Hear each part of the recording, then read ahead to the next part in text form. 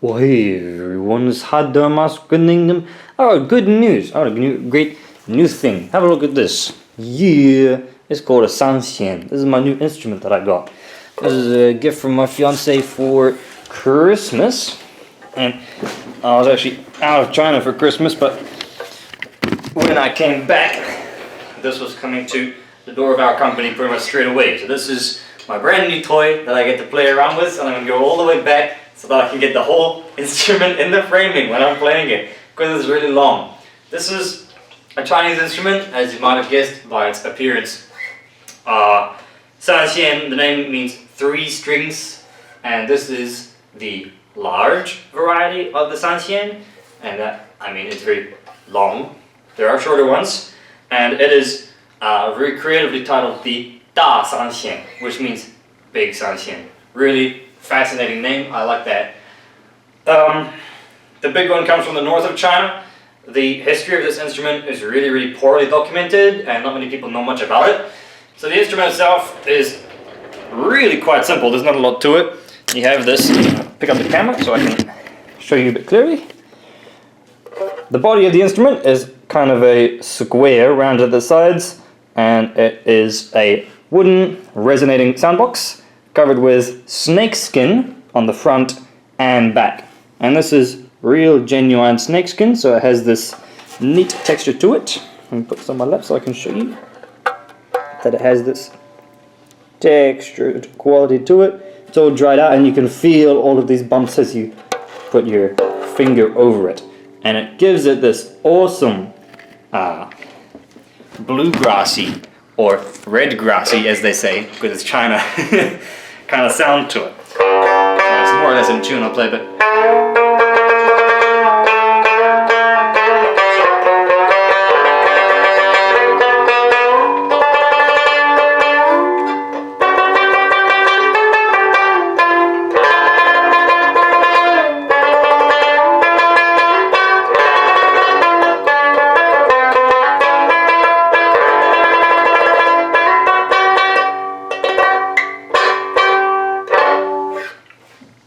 Really awesome twangy sound. I absolutely love that timbre that it gets from that snake skin on there. It resonates so well, especially on the top 2 strings.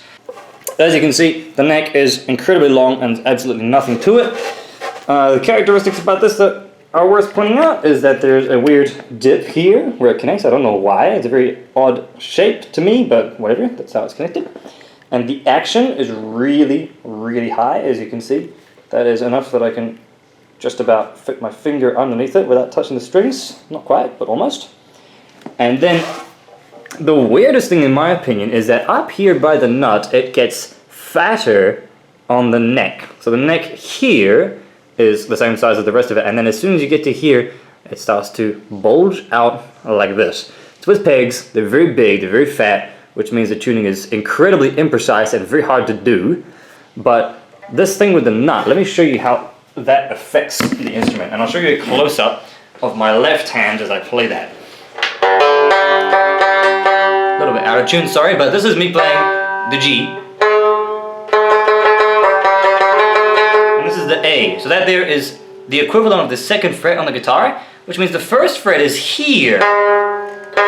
That's the G sharp or the A flat. But you can't really reach these very easily because the neck is so fat here. So if I want to play,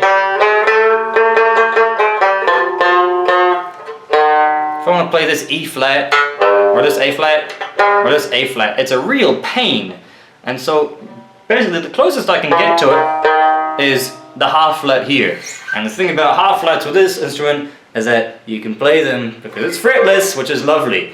And so I was especially drawn to this instrument in particular out of the Chinese plucked string instruments, of which there are many, because it is fretless. So I figured that if I have a fretless instrument, I can transfer some of the Arabic and Turkish folk music stuff that I play on my oud over to this instrument.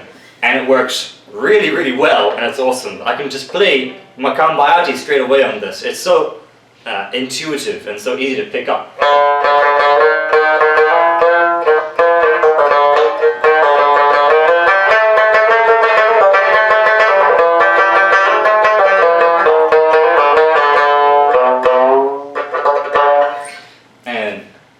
thing for 2 days, so I'm still a complete newbie for this, but the prospects of having this instrument that I can adapt cross-culturally is just awesome. It's really, really exciting to have this thing, and so of course I'm gonna learn the Chinese stuff.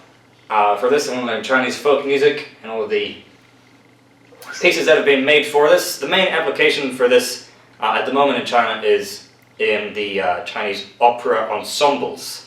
So the Beijing opera, Shaoxing opera, and whatever other smaller ones there are around the country. This gets used a lot, and it's also used in some folk songs where it will just be one person playing the Sanxian and then one person singing as just a duo performance. So solo performance of this thing, I'm not sure how much that exists. And what's fascinated me, especially most after buying this, is just how obscure this instrument is, even within China. So this turned up at my company, and so I was sitting in the foyer. I turned up a bit early to work because I wanted to play around with this for about half an hour before I had to go and start working. And so I was playing around with this, just getting it tuned and having a little dick around with the strings and everything. And all the marketing staff that are clock on earlier than me come out to come and have a look. And so all the Chinese staff are seeing this instrument and they're saying, "What is that thing?" What's right? It's a Sanxian. And no one at the company knew what this was. All these Chinese staff, no one knew what this was. And so my boss asked me, "Where is it from?" And I said, "Oh, the north." And I mean the north of China. And she says, "Oh, do you mean Mongolia?" So it goes to show just how little this is recognized even in the country that it comes from, which I think is a crying shame. Of course, there's jack shit English resources on the internet regarding this instrument. If you search for Sanxian with English letters, it will return a few encyclopedia entries, 1 or 2 sites where you can buy them, and then I remember there was a translated article from China Daily in 2005 regarding endangered instruments. So I have 2 books. One of them came with the instrument, and as you can see it's been damaged by whiskey. And the other one is one that I found in a bookstore, and it says here, starting from 0, learn the Sanxian. And this book, well, for those of you that can read music, let me show you the first song in this book. This is the first one. Let's have a look at this score and tell me what you think of this as starting from 0. Is that? This is the first one. It's called 18半, and it is a famous piece for Sanxian virtuosos, which I'm not. So, this is one of the books that I have, and as you can see, it's written in bass clef notation, which I did not expect, but that's kind of neat. So this book, if I ever get to it, is going to help me learn the bass clef, because I've never really read it before. But this one is written in Chinese standard tablature, which just about every Chinese instrumentalist can read. And so it is written with the degree of the scale, and all of the rhythms are very vague and open to interpretation. So this is all brand new to me, this style of reading music, but I have been reading this in order to get started with this instrument. So that's what I've been doing for learning the basics, and therefore the Chinese stuff with this instrument. And so I was showing you before, I was playing with this pick, which is entirely symmetrical 3 ways, which I thought was a little bit interesting. But it turns out this is not actually the most regular way to play this instrument.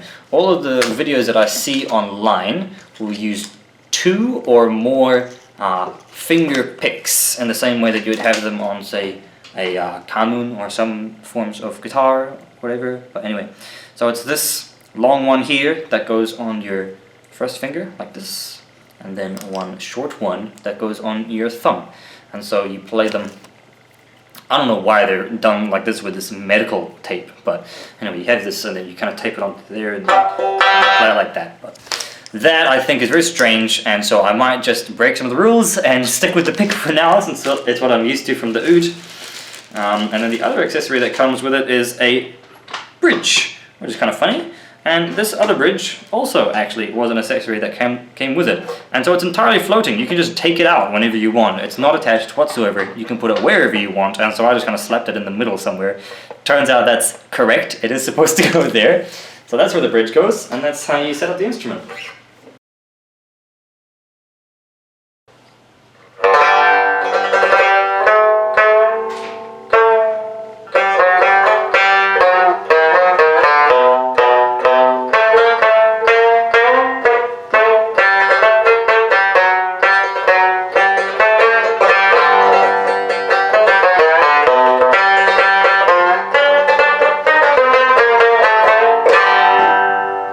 That's what it sounds like, so that's a lot of fun. That's something that I've just been dicking around with of my own accord. For the record, the tuning here is G, D, G, and I decided to stick with that song while I'm trying the Arabic stuff because it is in the key of G, Farfaza, which is basically minor. And besides that, I'll play a little bit of Chinese music that I found in the book. It's all very basic stuff, it's all very easy stuff, and it's really just for practice rather than for performance, but I will play it nonetheless. So, without further ado, this is called the Tibetan Dance. Take 2, if you hadn't guessed.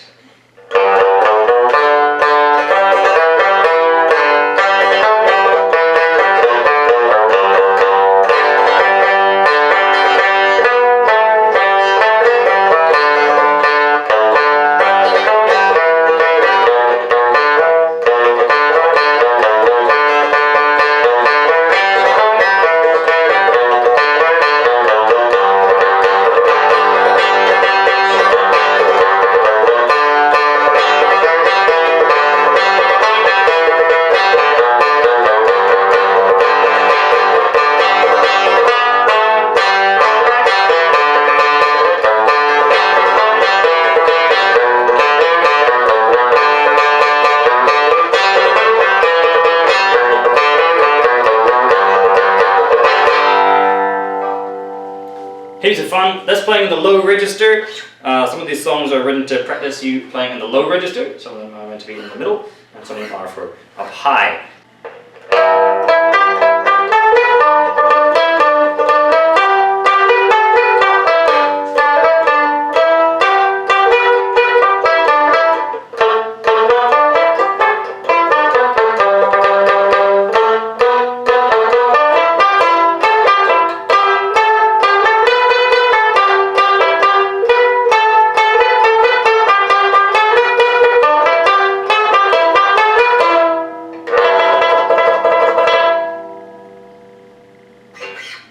And that's my second song.